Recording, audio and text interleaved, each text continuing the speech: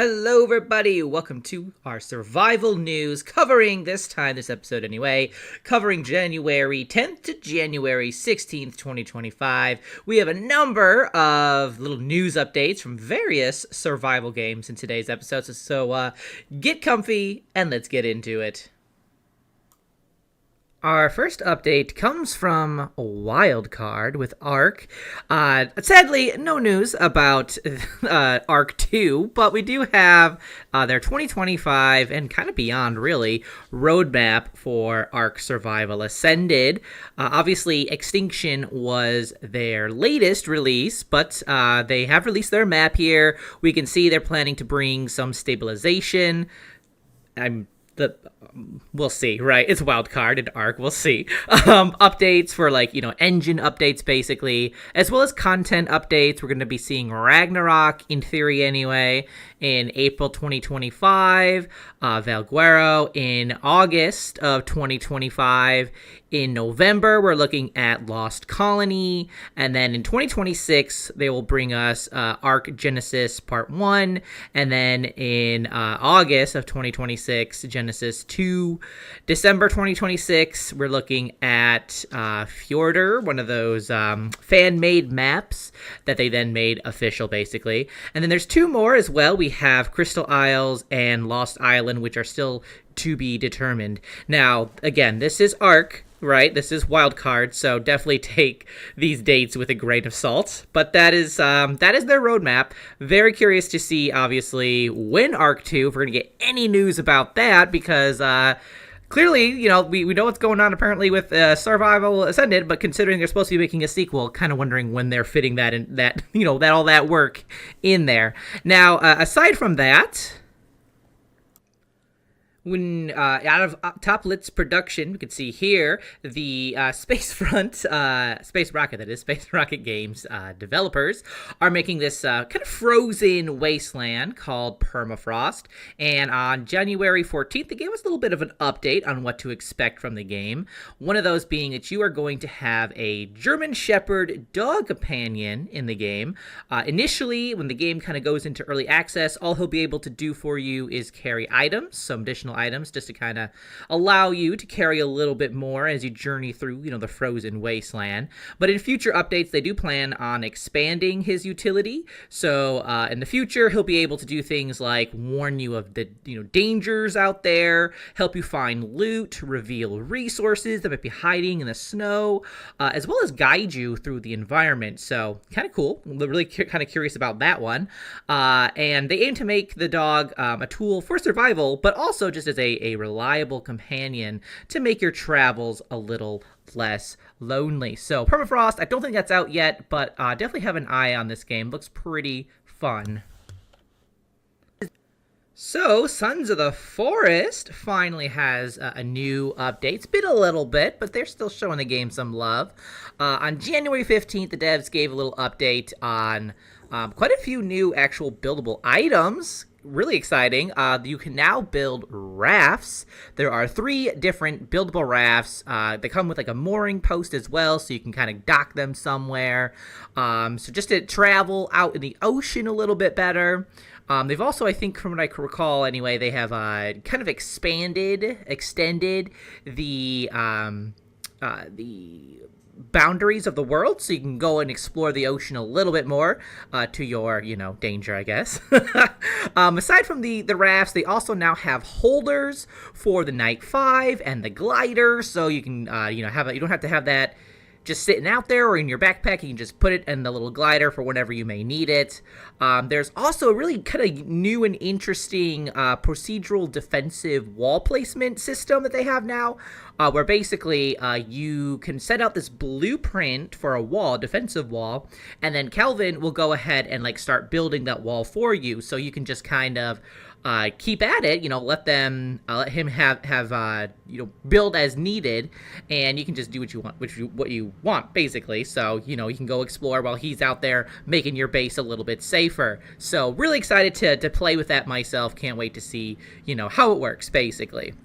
Now, because there's a lot of rafting now, we have swimming as well. Kelvin and Virginia, I think, as well can swim. At the very least, Kelvin can swim faster now. And so, if they're in the raft or whatever with you and they happen to go overboard, they can swim to safety, which we love, It's good.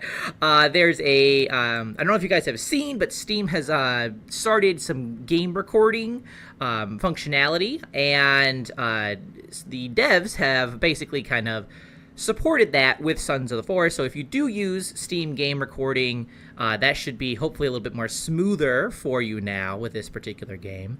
And then finally, there's also a new secret clothing item out there, so go ahead and look for it. And if you have found it, do let me know what it is in the comments. I'm pretty curious. I haven't searched yet myself. Besides that, obviously this update brought in a bunch of fixes and optimizations and everything like that. So yeah, great, another great update from the dev team here. We have a bunch of updates coming from Once Human. First of all, we can kind of see here their Visional Wheel is going to go live. The Visional Wheel is kind of like this mysterious, multi-dimensional deviation as the kind of in-game story goes. Its origin is unknown and it cannot be secured. And once activated, it warps reality across all dimensions, triggering a range of anomalous phenomena in each scenario. So basically, scenarios affected by the Visional Wheel are known as Visional Scenarios and feature unique rules that affect the survival, combat, and gameplay, like the whole gameplay. And these scenarios can be accessed via the sign-up system. Not every scenario is going to have the Visional Wheel, so if you're not interested in this particular new challenge, you don't have to do it. You can just play the scenarios as they were. But if you are looking for something a little bit new, just keep an eye out for these particular servers with the Visional Wheel kind of tag in there. Now the whole idea is that the devs are rolling like a little circle thing basically, and whatever it lands on is what's coming at us. So this time it is the Lunar Oracle. That's kind of what we're going to be seeing in these particular scenarios. And it says the whole Lunar Oracle thing is that at dusk, a crimson moon will cast its light on the wilderness. Deviants will gain enhanced stats, while players will experience falling sanity, which must be recovered by defeating enemies. Basically, it's the only way to get your sanity back. You gotta go, you gotta go kill some baddies out there. Players also gain increased yield and special crate rewards when their HP is low. So the lower your HP is, the more stuff you're going to be getting. The Lunar Oracle scenarios are available for the Manibus, Evolution's Call, Prismverse, Clash, and the Way of Winter scenarios. That's where you'll find them. And they are marked by the corresponding tags, under-season tags, at the scenario screen. So basically, just look for Lunar Oracle inside the scenario you want to play. So, for example, if you wanted to play Manibus, just look for the Manibus server that has the Lunar Oracle tag on it.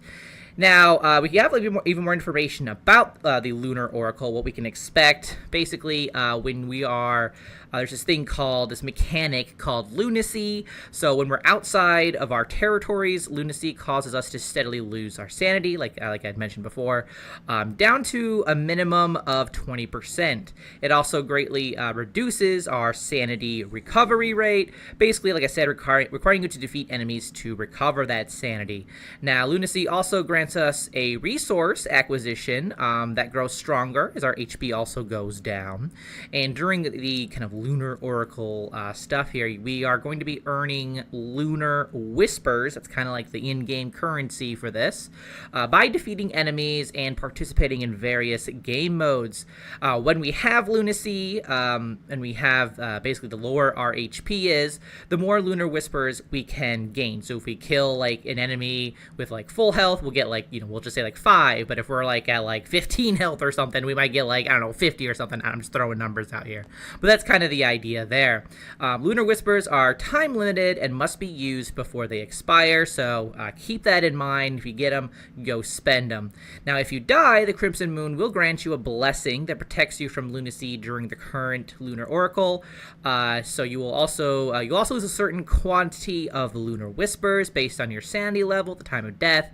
The lower your sanity, the more lunar whispers you will lose. So be mindful, try not to die, but if you do, basically you don't have to worry about becoming, insane or whatever for the next until the next night, basically.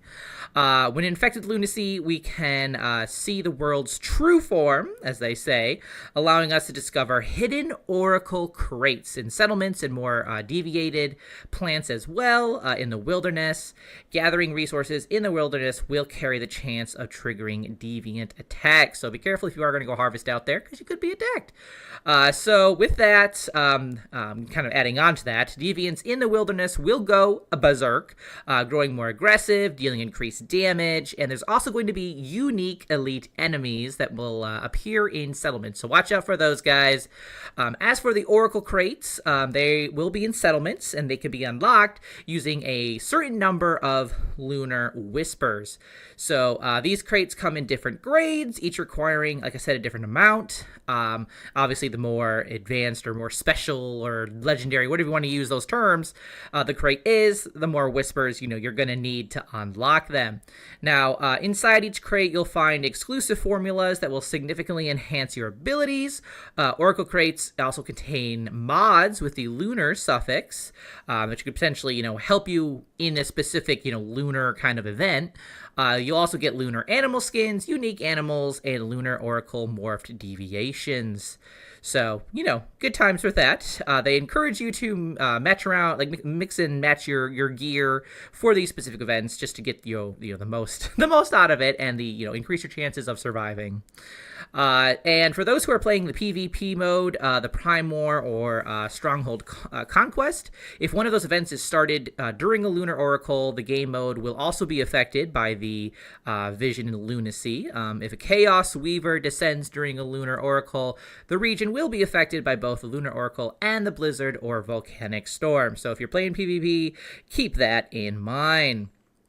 So, since they're bringing in this kind of like new scenario kind of like mechanic, this new vision wield, they added that the current tags for hard difficulty scenarios are going to be gone. They're taking those away. They found that the original, the hard mode, basically, they found people were saying that they were repetitive, basically, is what the devs are saying. So they're kind of taking that out. Following the launch of this visional scenarios, which is what this is now. So basically, if you're looking for that kind of tag where the server was like hard mode instead of easy mode, that's not going to be there anymore. Instead, we're going to have this visional scenario instead, the lunar oracle, which is the current one. So that is what we have instead, and they go live on January 16 is where we will have those servers be open. So that's when you should probably take a little look at it, which I believe is actually today, Thursday. So by the time this video lands tomorrow, you should have plenty of servers, hopefully, to choose from. So kind of keep an eye out for that. Now, along with like this whole big thing, I told you this is a big update from Once Human. We are also getting like new weapons and armor and mods. So keep an eye out for those. There's also a new deviation called the Wish Box. It is a special territory deviation. By placing it in the isolated securement unit, you can find it obviously in your territory. Now the Wish Box, try that 3 times. Wish Box is a separate storage space that transforms any item placed inside it into something else at every hour. So basically, if you put like some stone in there, who knows what it could turn into? It might be ammo, maybe ore, who knows? Just kind of like a roll the dice, have fun with that one.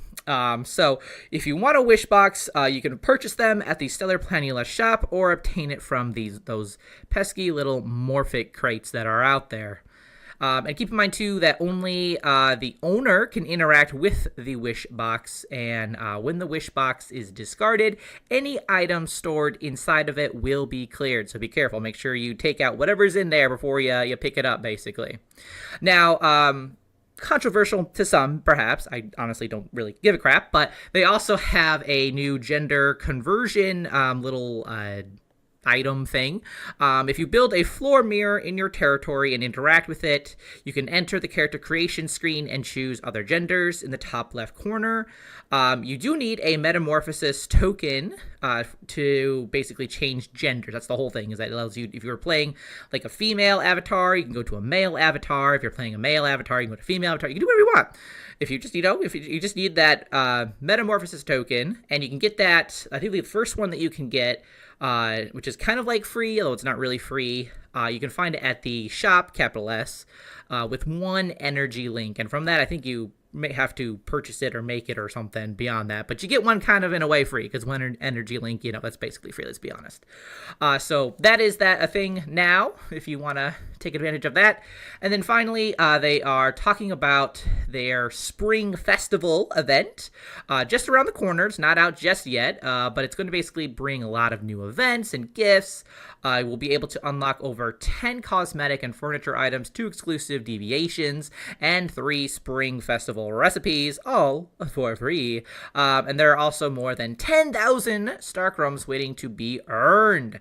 So, that's exciting. Now, the event period, actually, it looks like it starts today, today being January 16th, after the update goes live anyway, and lasts until February 23rd. So you got a few weeks, a good month really, to partake in this event, so good times.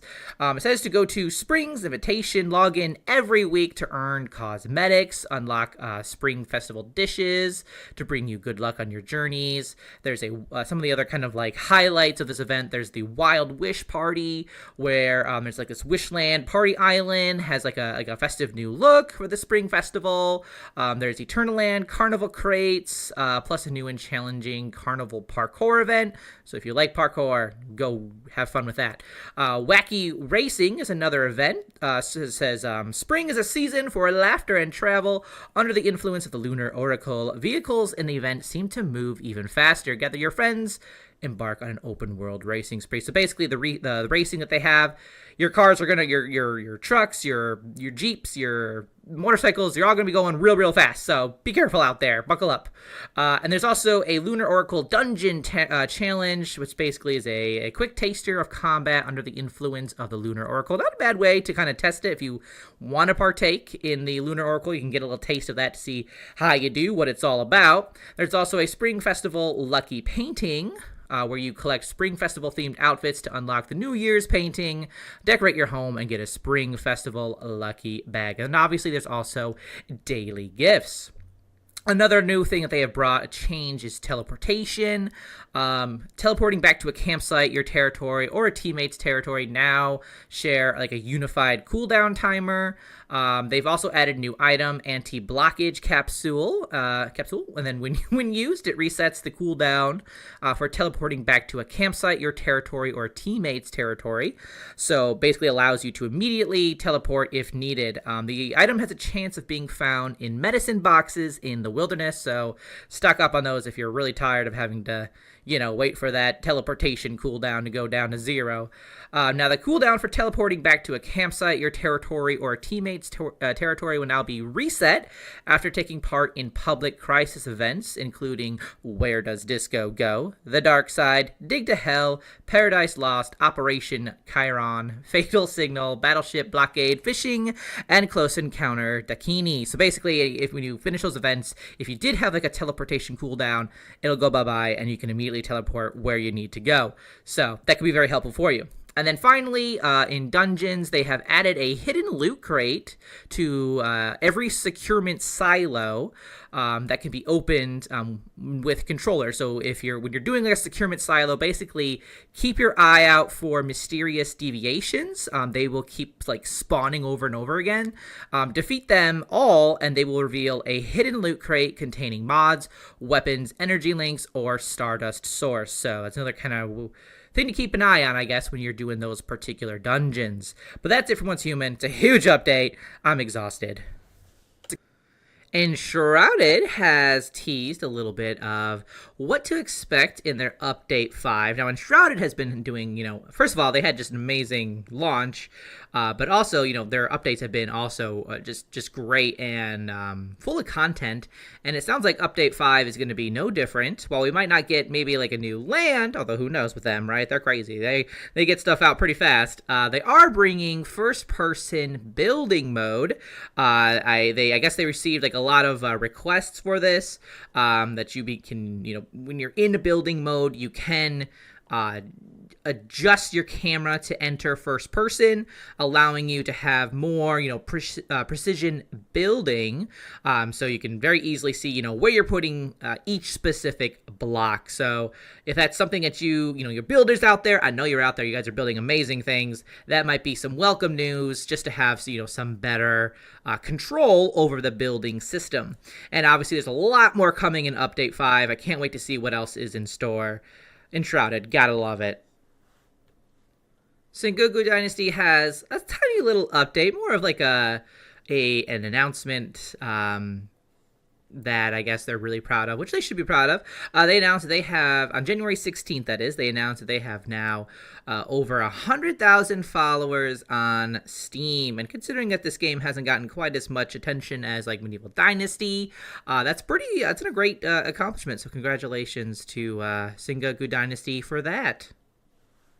Now, our last bit of news comes from a game that has just launched in early access on January 15th, 2025.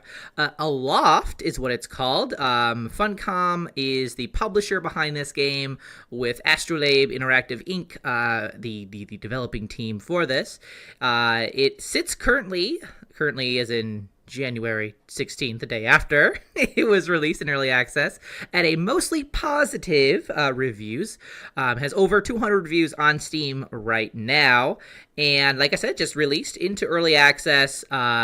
The kind of tag, I guess, for this game is, it says, Soar the Skies in Aloft, a co-op sandbox survival game set in a world of floating islands. Build any island into a skyship, your home to the clouds, find lost knowledge, cure the fungal corruption, and brave the hurricane to restore the ecosystem. I believe I played the demo for this for a little bit, and it certainly seemed pretty interesting. The main criticism that I have seen thus far is just that because it is early access, the content isn't quite there for some people just yet. So, that if you're someone who loves to jump on early access, I've seen that, it is pretty enjoyable. It's unique, obviously, amongst survival games, with this whole idea of floating islands and turning them into ships and flying your island around. That is definitely a unique experience. So if that's kind of your thing, by all means. But if you are someone who wants to make sure that the game is as polished as possible, obviously you can always wait a little bit and see how this game turns out. I have some pretty good feelings about it. It looks pretty fun. But it is now out in early access. So congrats to Aloft for, even making it to that point. But that does conclude our survival news for this week, so I'll see you guys next week with more updates. Until then, keep surviving, keep thriving.